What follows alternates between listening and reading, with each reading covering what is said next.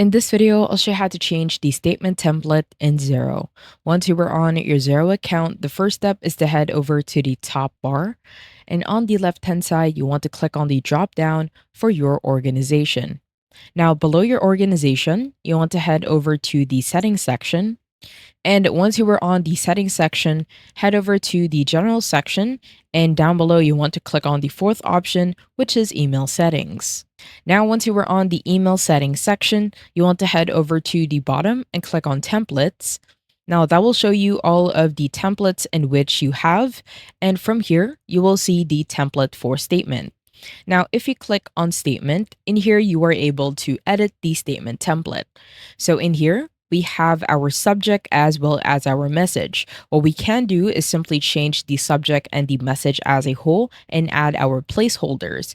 To add a placeholder, simply head over to the top and right corner of that message. In here, you will see a drop down and you can add a placeholder for a balance with currency and symbol, balance with symbol, the first name and last name of the contact, the full name or the contact name, the statement balance, the statement date range, as well as trading name.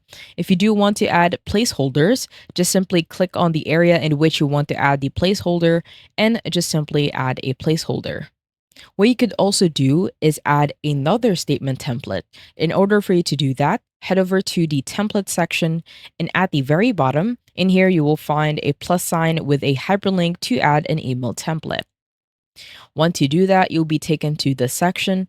At the top, you will find the option for type. Click on the drop down. From here, you want to scroll down until you find statement. On the name, you want to name your template. So let's say this is a second statement template. At the bottom, you will have a few options. If you do want to set this statement template as the default, you want to head over to the top, click on the checkbox for default, and it will automatically make this into the default template. So at the bottom, if we click on save, it will take you back to your email settings, head over to templates, and at the bottom, as you can see, we now have our second statement template as the default template for statement. I hope you found this tutorial helpful. Please let me know if you have any other questions in the comment section below, and I will try my best to help you out.